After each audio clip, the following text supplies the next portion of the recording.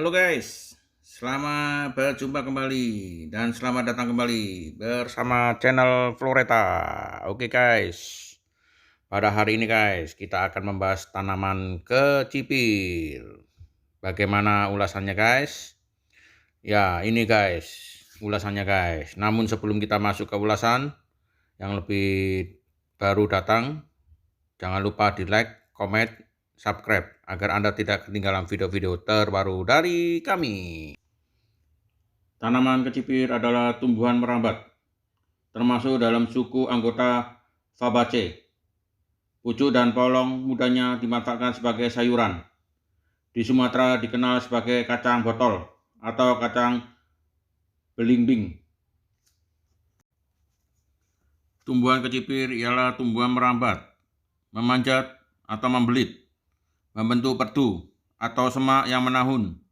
Dalam budidayanya, biasanya diberi penyangga, tetapi jika dibiarkan akan menutupi permukaan tanah.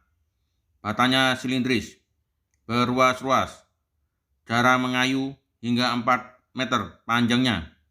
Berakar banyak dengan akar samping yang panjang, menjalar datar dekat permukaan tanah. Sebagian di antaranya menebal, membentuk umbi.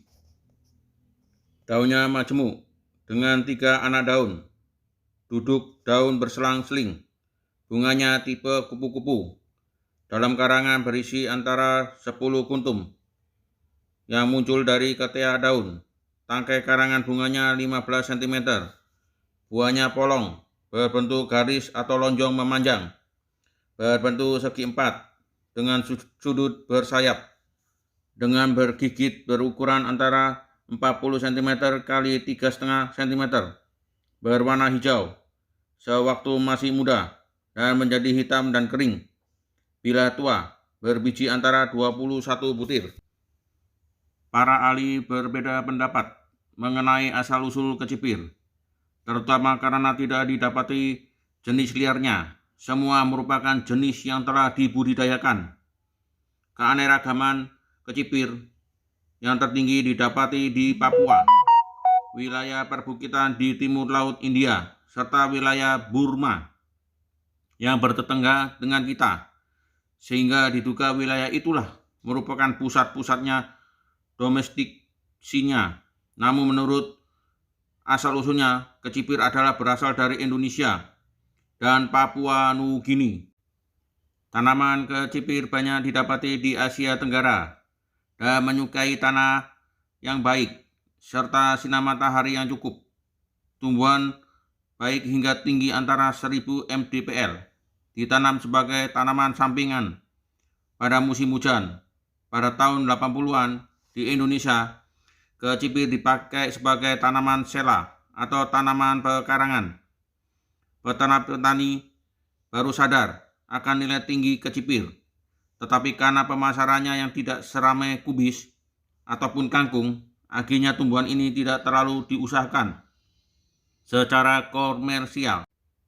Tanaman kecipir yang dibudidayakan di Indonesia terdiri atas 2 jenis, yaitu kecipir berbunga ungu yang polongnya berukuran pendek antara 15-20 cm. Terus yang kedua yaitu kecipir berbunga putih dengan ukuran polong yang panjangnya antara 30-40 cm dan berbiji relatif kecil.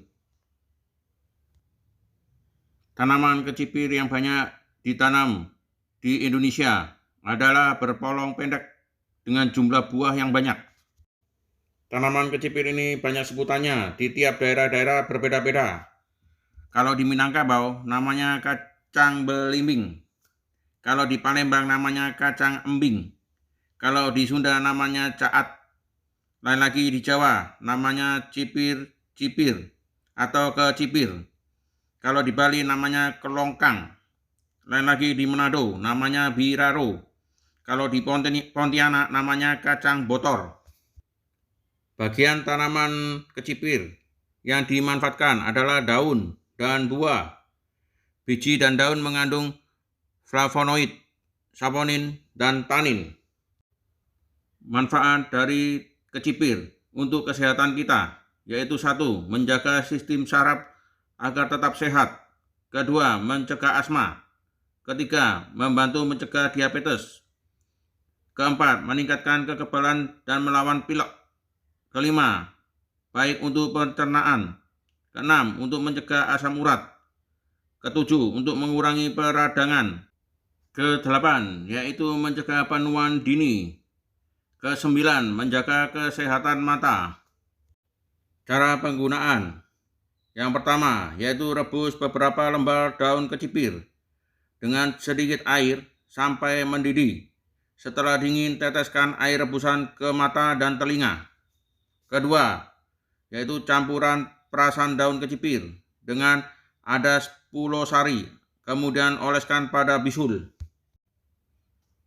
Kecipir mengandung banyak manfaat bagi kesehatan tubuh, tetapi kecipir juga memiliki beberapa risiko dan efek samping jika dikonsumsi dengan tidak tepat atau berlebihan atau terlalu banyak.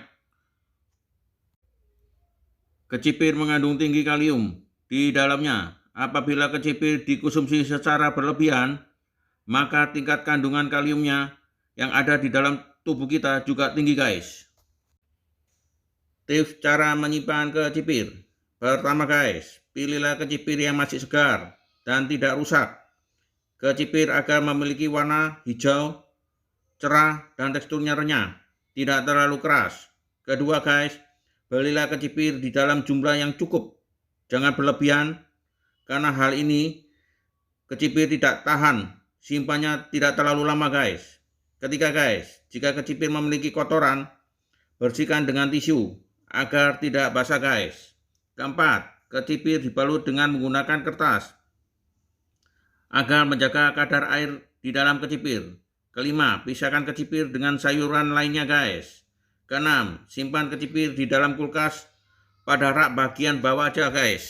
Sekarang kita masuk ke tips caranya konsumsi kecipir, guys. Bagian polong kecipir merupakan bagian dari tanaman kecipir yang paling banyak dipasarkan dan dikonsumsi. Kecipir dapat dikonsumsi sebagai lalapan, direbus ataupun ditumis. Untuk anak-anak, guys, kecipir dapat dikonsumsi dengan cara ditumis dengan penambahan bahan makanan yang disukai oleh anak-anak seperti sosis, bakso, dan telur agar menambah warna dan variasi dalam tumisan dengan bahan yang disukai anak-anak, guys. Oke, guys, sampai di sini penjelasan dari kami, guys. Dan terima kasih banyak yang sudah nonton video dari kami. Jangan lupa di komen, like, subscribe agar tidak ketinggalan video-video terbaru dari kami. Jangan lupa, guys, sekali lagi di subscribe. Subscribe itu gratis, guys. Thank you.